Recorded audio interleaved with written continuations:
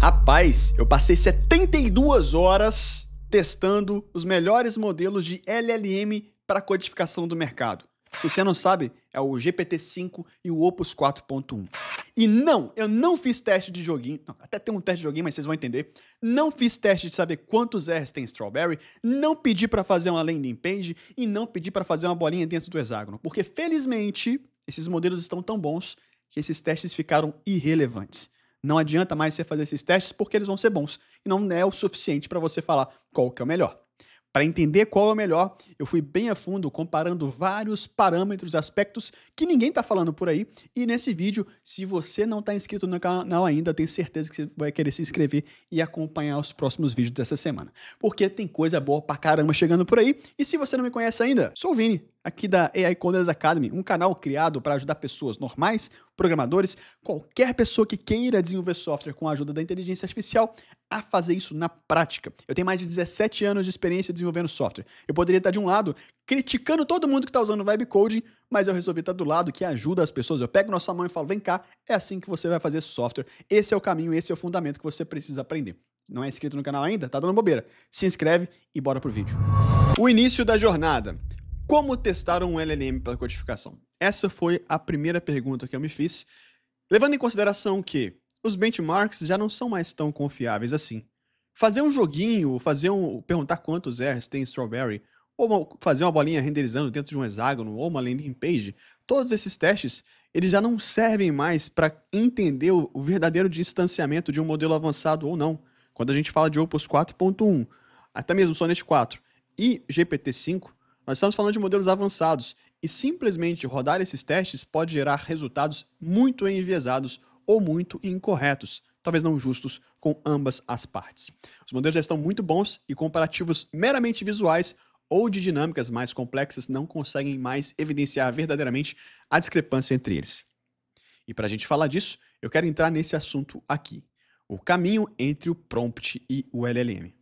Existe um caminho que o seu prompt vai percorrer toda vez que você enviar ele para o LLM. E, necessariamente, nesse caminho, vai ter um portão. Esse portão pode ser o ChatGPT, esse portão pode ser o Cloud.ai, pode ser o Cursor AI, sua IDE preferida de desenvolvimento de software, como o Windsurf, TrayAI, qualquer uma delas, ou pode ser até uma CLI, como, por exemplo, o Cloud Code. Independente do caminho que você escolha, sempre vai ter um portão. Esse portão vai determinar para onde vai sua requisição e com o que vai acompanhando ela. Por exemplo, se você está utilizando o ChatGPT hoje com o modelo do GPT-5, ele tem um roteador. Esse roteador vai entender o seu prompt, qual é o peso e a necessidade de esforço que essa tarefa tem, e ele vai delegar para um modelo do GPT-5, qual o melhor para responder. Seja um GPT-5 com peso mais para raciocínio ou GPT-5 com peso menos de raciocínio. No final das contas, a resposta pode ser muito melhor do que uma ou outra, dependendo de como você fez o seu prompt. O Cloud também ele tem algumas limitações, apesar de não ter esse roteador, porque somente tem o GPT 4.1, o Opus 4.1, mas ainda assim ele tem algumas otimizações. Ambos têm otimizações de entrada e saída de dados, porque você não está utilizando a ferramenta direto, você está usando ele como intercessor. E para fazer sentido, não é necessário para todas as pessoas ter sempre respostas super ultra avançadas com muito conteúdo. Talvez para uma requisição, uma resposta simples já é o suficiente. Quando a gente avança para um portão um pouquinho maior, a gente está falando de IDS, trouxe dois exemplos, o Cursor AI e o Windsurf, aí sim a gente está falando de modelos com um pouco mais de acesso, aliás, não modelos, de ferramentas que têm um pouco menos de controle do que você está fazendo, mas ainda assim tem um controle significativo. Por exemplo, quando você passa um prompt no Cursor AI utilizando o modelo Opus 4 ou o próprio modelo Sonnet 4, ele sempre vai adicionar uma lista de tarefas. Sempre. Isso está relacionado a como o System Prompt é montado para interagir com aquele modelo. Para quem não sabe, System Prompt é o que é utilizado por trás dos panos com uma requisição para um LLM, informando o que esperar e como proceder, como aquele agente de IA deve proceder na execução. E nesse caso, a gente vê que tanto o Cursor AI, o Windsurf, todas as ideias de desenvolvimento, elas precisam de otimizar esses comandos. Elas precisam que, mesmo que o usuário tenha escrito alguma coisa que foi mais rasa, que não trouxe tanto contexto, essas ferramentas vão injetar o contexto necessário na requisição para que você gaste menos créditos de inteligência artificial, ok? E aí a gente vai para outra categoria de ferramentas, que são as CLIs. E nessa categoria de ferramentas é onde você vai ter o acesso mais próximo ao puro do que você vai ter de conexão com LLM. Elas não vão ter tantas otimizações e nem tantas limitações. Elas podem ter alguns system prompts para trazer resultados melhores, mas a quantidade de janela de contexto ela vai sempre ser aquilo que é prometido pelo LLM. No caso, se a gente pega o Cursor, por exemplo, para você usar o máximo potencial do modelo de língua do LLM, você precisa setar o modo Max ativo. E isso já mostra que ela tem sim várias limitações. Então, conclusão desses portões, o portão que vai te dar a experiência mais próxima ao que o modelo está te entregando são os CLIs. E dentro de uma requisição, quando você faz um prompt, ele vai passar por esse portão. Quando ele chega no LLM, ainda assim dentro do LLM, utilizando hoje em dia a maior parte das arquiteturas utilizam Mixture of Experts, que significa cada LLM, por mais que ele tenha trilhões de parâmetros de tokens, ele não vai checar, não vai utilizar todos aqueles tokens toda vez. Imagina que a comparação é o seguinte, você tem um hospital. Se cada paciente que chegar no hospital, todos os médicos precisarem atender aquele paciente, vai começar a ficar inviável e muito caro a operação. O mesmo vale para o modelo de LLM. Ao invés de você ativar todos os médicos ou todas as áreas do hospital, você ativa somente a área que precisa atender aquela demanda específica. Então, chegou alguém com a perna quebrada, você ativa somente a parte da ortopedia. Se chegou alguém com uma necessidade, uma gripe, você ativa a parte, talvez, de uma emergência, de uma clínica geral. E assim funciona dentro de um LLM. Quando chega uma requisição de codificação, ele vai ativar um expert de codificação. Ou seja, essa jornada que você tem aqui dentro, desde o prompt até o LLM, tem várias nuances e isso tem um impacto real no seu resultado com o modelo de LLM. Isso é importantíssimo a gente ter em mente antes de prosseguir com os nossos testes. Bom, agora que a gente entendeu o caminho entre o prompt e o LLM, vamos falar do ChatGPT versus Claude. E aqui a gente entra na prática.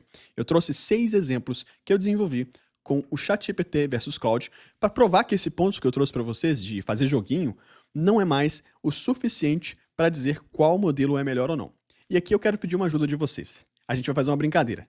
São 6 jogos, eu quero que você comece a calcular e chutar qual desses jogos foi feito com o Opus 4.1 e qual foi feito com o GPT-5. E no final, deixa aqui se você acertou todos ou não, comenta aqui qual foi a sua pontuação. Se você errou algum ou se tinha um que você tinha certeza que era o Opus 4.1 ou vice-versa e não era. Deixa aqui nos comentários. Esse aqui é o prompt que eu utilizei. Então, basicamente, eu falei, crie um simulador de batalha medieval, estilo Age of Empires. Bom, aqui estão os resultados. Vou começar mostrando para vocês, e aí vocês vão votando depois qual vocês acreditam, qual foi o modelo de LLM que executou esse código. Então, aqui nós temos o simulador de batalha medieval. Todos esses prompts, galera, vale ressaltar, foram feitos com apenas um shot, somente uma vez, e enviei, e o resultado foi esse, tá? De primeira, funcionou, vou mostrar para vocês também. Então, aqui nós temos já a simulação de ouro, comida. Para quem não sabe, Age of Empires é um jogo que é baseado em recursos, então ele já entendeu, já trouxe aqui o ouro é comida. Podemos recrutar espadachins, então, alguns espadachins, recrutar arqueiros, ok, alguns arqueiros. Acabou meus recursos. Eu consigo reposicionar? Não consigo mover eles de lugar. Onde eles estão, eles estão. Deixa eu ver. Não, eu consigo sim. Esse aqui eu tinha testado, mas não tá deixando. Deveria deixar eu mover ele de lugar. Ok. Aqui eu posso coletar mais recursos. Legal. Posso curar todas as unidades. E posso iniciar a batalha. Vamos iniciar a batalha. Legal. Ele inicia a batalha, traz ali os adversários. Eu posso curar todas as unidades que eu tô perdendo. Cura. Perdi. Legal. Simulação bem interessante. Deixa eu ver se eu consigo adicionar mais unidades aqui dentro. E aí, não. Tô sem recursos. Coletar recursos. Recrutar. Opa, beleza. Tô levando um sacode ali, hein? Aí, vencemos. Beleza. Você vê que a batalha, ela não tem um final. Ela sempre vai permitir eu seguir adicionando mais jogadores meus ali. E é sempre iniciar batalhas novas. Mas a experiência de o jogo, para um shot só, ficou bem legal. Agora vamos para o próximo. O próximo nós temos aqui, ficou um pouquinho diferente. É um simulador de batalha medieval, onde tem aqui o ouro, aí tem sim os 3 recursos, não tem pedra, ouro, comida e madeira. Posso recrutar infantaria, e vai aparecer aqui embaixo, recrutar arqueiro, e deu um erro, hein? Deu um erro aqui. Posso tentar iniciar a batalha. Ele não tem um simulador, ele já traz de cara, sem um simulador visual, né? Ele já traz de cara quem venceu. E é isso. Esse aqui ficou um pouco mais simples. O próximo que nós temos é esse carinha aqui, o Aoi Light Simulador de Batalha. E dá pra ver a diferença já na interação dele. A gente consegue ver os bonequinhos atirando coisas para um lado e para o outro. A gente consegue adicionar mais jogadores de um lado, a gente consegue adicionar mais jogadores de um outro. E olha só, bem interessante. Gostei bem dessa interação aqui, de jogar, de poder adicionar mais jogadores e da maneira como eles vão se aglutinando aqui no meio da tela, para você conseguir brincar com eles. Cara, eu gostei bem desse. Dá para aumentar a velocidade do jogo, dá para diminuir a velocidade do jogo. Dá para adicionar mais bonequinho. Vamos adicionar aqui. Deixa eu ver se com o comando S. Não. Somente apertando S ou K não adiciona. E vamos colocar mais velocidade. Muito legal. Eu gostei muito disso aqui. E dá para pausar também. Bom, beleza. É isso. Ele não tem a dinâmica de recursos do Age of Empires. Ele não tem a dinâmica de você treinar unidades. Simplesmente você gera aqui do lado. Ok? Simulador de batalha medieval. Mas sim, você consegue brincar ali um pouquinho com os bonecos. Você consegue também, uma coisa que... Deixa eu voltar aqui, ó. Colocar uma wave, né? Uma wave, invocar exércitos inteiros do azul e do vermelho. Vamos fazer um teste aqui do limite aqui, ó. Olha, vou pôr a velocidade máxima agora. Olha só. Vamos botar mais uma wave azul. Cara, que legal. Ficaria um dia inteiro brincando com esse negócio aqui. Ficaria o dia inteiro. Olha que legal, e ele conseguiu. O jogo acaba. O jogo acaba quando eles conseguem destruir o quadradinho do inimigo. E aí o jogo acaba. Ok? O nosso próximo simulador é esse cara aqui. Onde nós temos um simulador de batalha. Aí sim, com os recursos de ouro, comida, unidades, inimigos. E aqui a gente consegue adicionar soldados. Olha aqui. Adicionando soldados. Deixa eu ver se esse eu consigo mover. Esse eu consigo mover de lugar. Deixa ele aqui, fica quietinho, enfim. Aí. E vamos colocar aqui gerar inimigos. Gerar bastante inimigo aqui. E adicionar mais. Acabou meus recursos. Vamos iniciar a batalha. E tem uma mecânica bem parecida com aquela outra mecânica que a gente viu também anteriormente. Né? Aqui traz a derrota, ele já mostra que se ganhou de todos acabou. E aqui eu preciso de recursos para treinar mais unidades. Tá? Eu vou gerar inimigos. Tem o mago, tem o soldado, tem o cavaleiro. Gerei tudo e vamos iniciar, gerar mais uns inimigos para não ficar tão desbalanceado o jogo. E iniciar a batalha. Essa aqui eu espero que eu ganhe, né? Considerando que eu sou time azul. Beleza. Vitória. Mais 300 de ouro de recompensa. Então, uma mecânicazinha também, um shot só, ou seja, um prompt, trouxe esse resultado pra gente. Próximo, nós temos esse cara aqui. Quando ele gerou a tela, eu falei, cara, que trem esquisito que ficou esse negócio, hein? Só que depois eu fui entender. A gente consegue passar todas as configurações do jogo por aqui. A quantidade de arqueiros, a quantidade de cavalaria, a porcentagem, a formação desses caras, se é quadrado, se é linha, a tática, focar arqueiros, por exemplo. E aqui eu consigo aplicar e gerar. Quando eu clico em aplicar e gerar, ele vai gerar para mim isso lá dentro, por trás dos panos, e eu clico em iniciar. Quando ele inicia, ele traz aqui a formação, né? Tá seguindo a formação focando em arqueiros aqui, olha só os arqueiros recuando e atacando. Bem interessante. A mecânica disso, de novo, foi um shot só, somente um prompt que eu executei. Muito interessante essa mecânica, que também não está seguindo a mecânica específica de recursos, mas segue uma mecânica talvez um pouco até mais inteligente de gerenciamento de estratégias e táticas para você ver o próprio avanço. Deixa eu resetar aqui, vou iniciar de novo. Eu adoro o Age of Empires, galera, por isso que eu resolvi fazer disso. Ó, essa mecânica dos arqueiros não ficarem na frente. No jogo, numa guerra, o arqueiro ele não pode ficar na frente. Ele não tem uma ferramenta de luta corpo a corpo. É a distância. Por isso que ele está se distanciando aqui na batalha. E você vê tanto o arqueiro do meu time quanto do time inimigo sempre se afastando, porque na luta corpo a corpo ele perde. Então, esse é o nosso quinto exemplo de jogo estilo Age of Empires gerado com IA.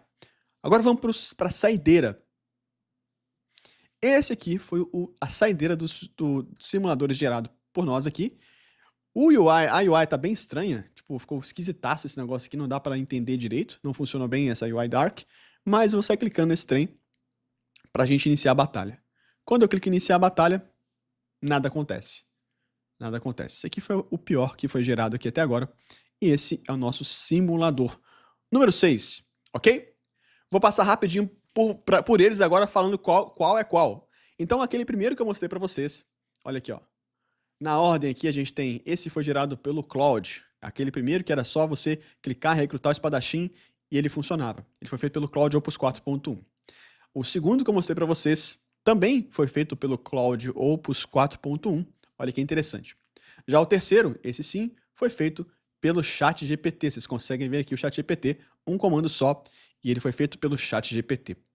O quarto que eu mostrei para vocês, ele foi feito pelo Cloud Opus 4.1 também, que foi esse camaradinho aqui, tá bom? Um comando só, e ele gerou aqui com o controle, os arqueiros e tudo mais, bem parecido com o primeiro, na verdade, né? Só que esse tem a possibilidade de você mover as tropas de lugar aqui. O quinto que eu mostrei para vocês foi feito pelo ChatGPT. Esse aqui que os arqueiros tinham o distanciamento, se afastavam e tudo mais, o GPT-5 que fez esse cara. E o último que eu mostrei para vocês também foi feito pelo GPT-5. Galera, se a gente for comparar as nuances de cada um deles, vamos ficar maluco.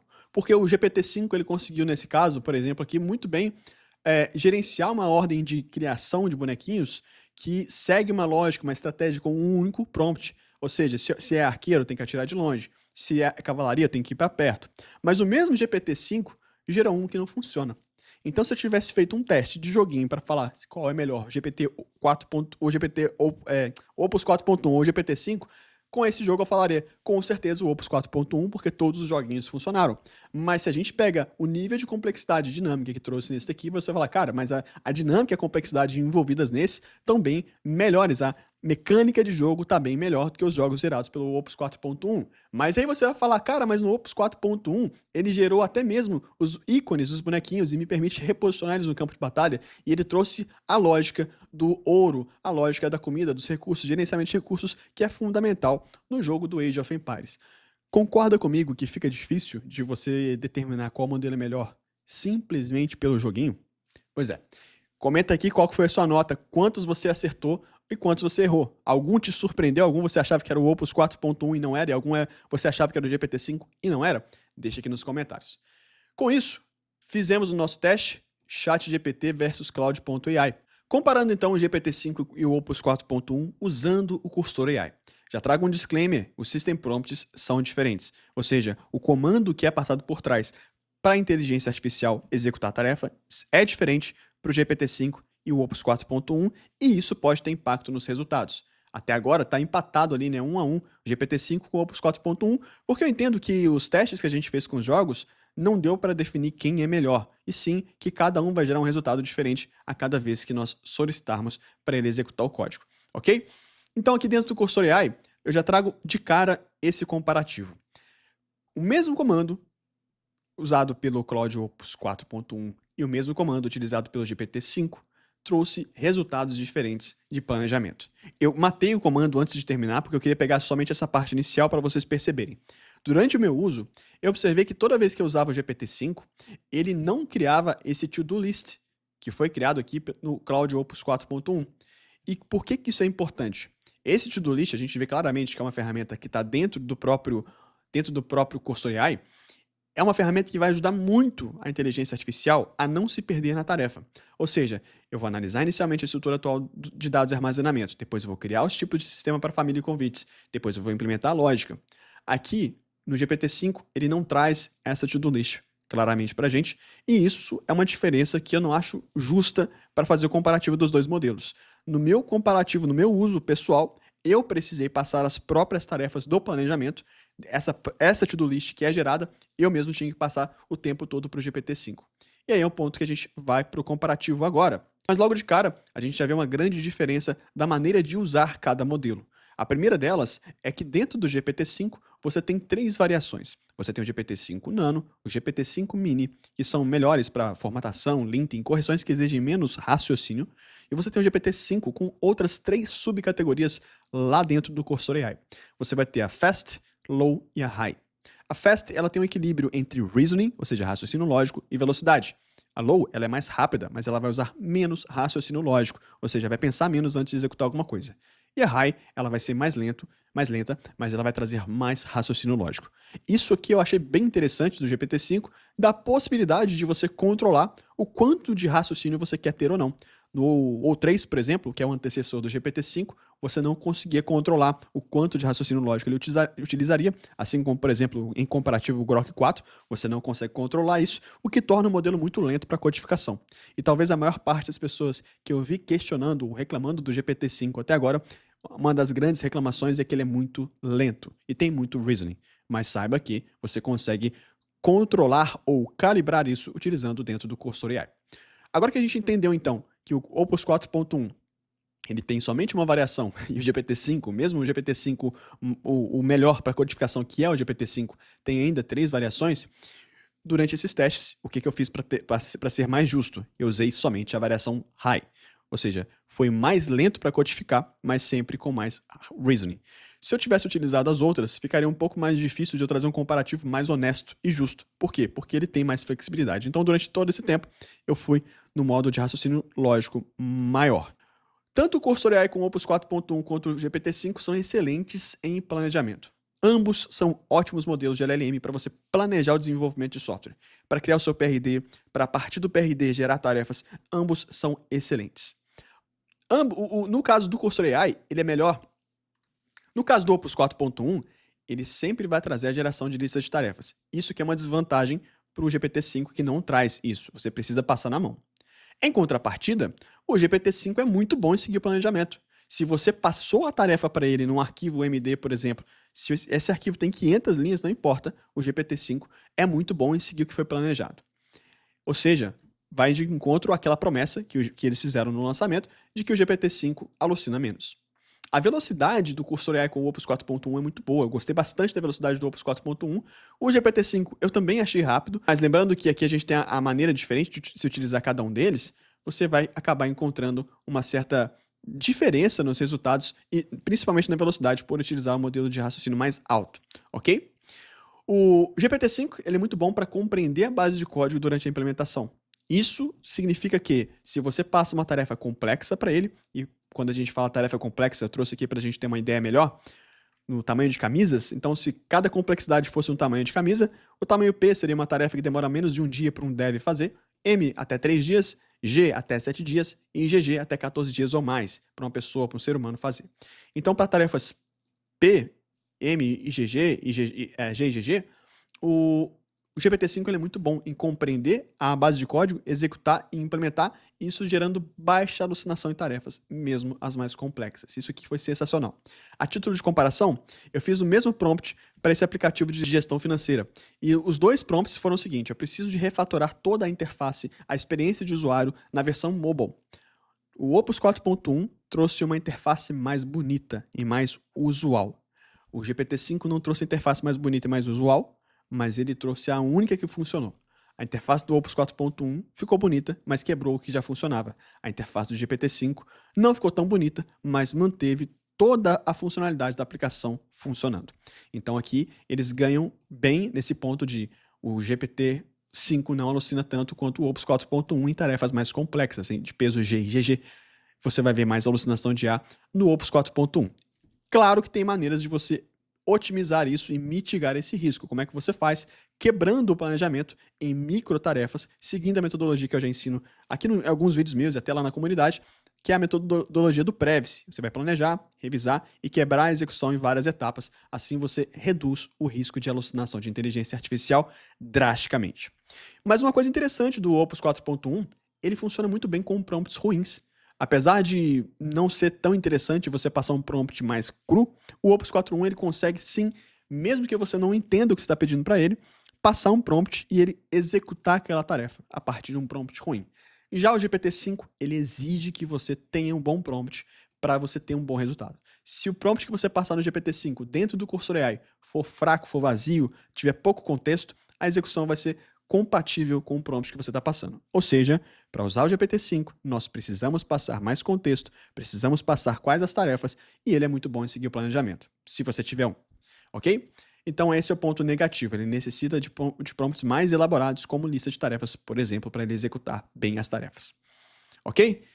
Eu acredito que deu para pegar bem a ideia aqui de como um ou outro funciona, e deu para pegar bem que é difícil de dar um veredito para cada um, porque o GPT-5 ele é muito bom em seguir tarefas, ele alucina menos, mas o Opus 4.1 ele é mais dinâmico na geração de código. Então aqui a gente tem uma discrepância entre os dois, e aqui eu vou deixar para dar esse veredito dessa etapa lá na frente, quando a gente estiver fazendo o fechamento para vocês entenderem.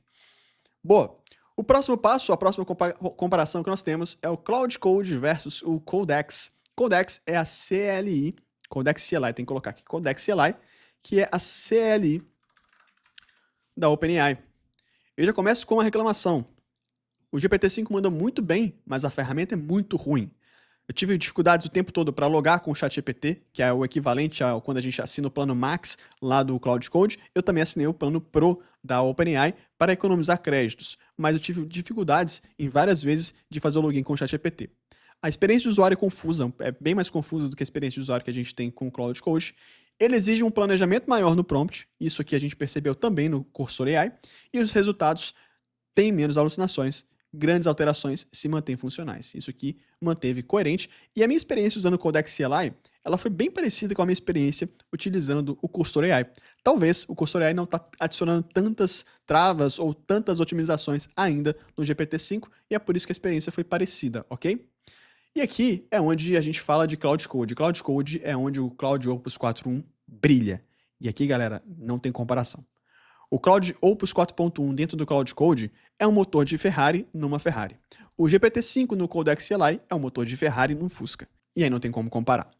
Inclusive, vou fazer uma live nessa quinta-feira agora, uma masterclass, para te ensinar como usar o Cloud Code da melhor maneira possível. Ela começa de graça aqui no meu YouTube na quinta-feira, então não perca, o evento já está criado, já bota lá para receber a notificação. Você não vai se arrepender, eu tenho certeza que você vai falar, caraca, eu achava que eu sabia usar o Cloud Code, mas depois dessa masterclass sua cabeça vai explodir.